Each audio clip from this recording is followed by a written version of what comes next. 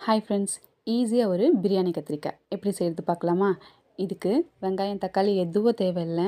10 நிமிஷத்தில் ரெடி பண்ணிடலாம். ஒரு கடாயை வச்சு 1/4 டீஸ்பூன் மிளகு, 1/4 டீஸ்பூன் சீரகம், 1 ஸ்பூன் வெள்ளை எள்ளு, 2 ஸ்பூன் வேர்க்கடலை போட்டு நல்லா வறுத்துக்கோங்க.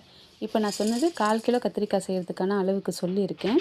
இதுவே நீங்கள் 1/2 கிலோ செய்கிறதா இருந்தால் இது அப்படியே டபுளாக போடுங்க, கரெக்டாக இருக்கும். இப்போ வறுத்து வச்சுருக்க வேர்க்கடலை எள்ளை ஒரு மிக்ஸி ஜாரில் போட்டு தண்ணி ஊற்றி நல்லா நைஸாக அரைச்சிக்கோங்க. கொர கொரன்னு இருக்கக்கூடாது, நல்லா பேஸ்ட்டு மாதிரி இருக்கணும். அப்போ தான் இதுக்கு கரெக்டாக இருக்கும். இன்னொரு கடாயில் எண்ணெய் ஊற்றி, எண்ணெய் கொஞ்சம் தாராளமாகவே ஊற்றிக்கோங்க. எண்ணெய் நல்லா காஞ்ச பிறகு கடுகு போடுங்க. கடுகு பொரிஞ்ச உடனே ஒரு 10 மிளகு போடுங்க, கரெக்டாக இருக்கும். மிளகு பொரிஞ்ச பிறகு 1/4 டீஸ்பூன் மஞ்சத்தூள், 1 ஸ்பூன் மிளகாத்தூள் போடுங்க. இதுக்கு கத்திரிக்காவை நீங்கள் நீளமாகவும் கட் பண்ணிக்கலாம், இல்லை கட்டமாகவும் கட் பண்ணிக்கலாம், உங்கள் விருப்பம் தான். கட் பண்ணி வச்சுருக்க கத்திரிக்காவை சேர்த்து அந்த எண்ணெயில் நல்லா வதக்குங்க.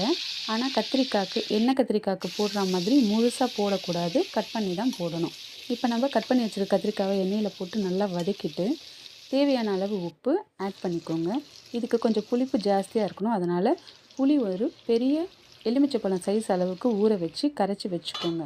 நம்ம கரைச்சி வச்சுருக்க புளி தண்ணியை ஊற்றி ஒரு மூடி போட்டு 10 நிமிஷம் மூடி விடுங்க. நடுவில் திறந்து கிளறி விடுங்க. நல்லா வெந்த பிறகு தண்ணி கொஞ்சம் வற்றின பிறகு நீங்கள் அரைச்சி வச்சுருக்க பேஸ்ட்டை அதில் சேருங்க.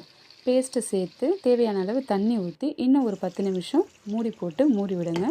அப்புறமா எண்ணெய் பிரிஞ்சு வந்த பிறகு ஸ்டவ் ஆஃப் பண்ணிவிடுங்க. நிஜமாலே கல்யாணத்தில் சாப்பிட்ற கத்திரிக்காய் மாதிரி டேஸ்ட் இருக்கும். ட்ரை பண்ணி பாருங்கள். நாளைக்கு இன்னொரு ஈஸியான வீடியோவில்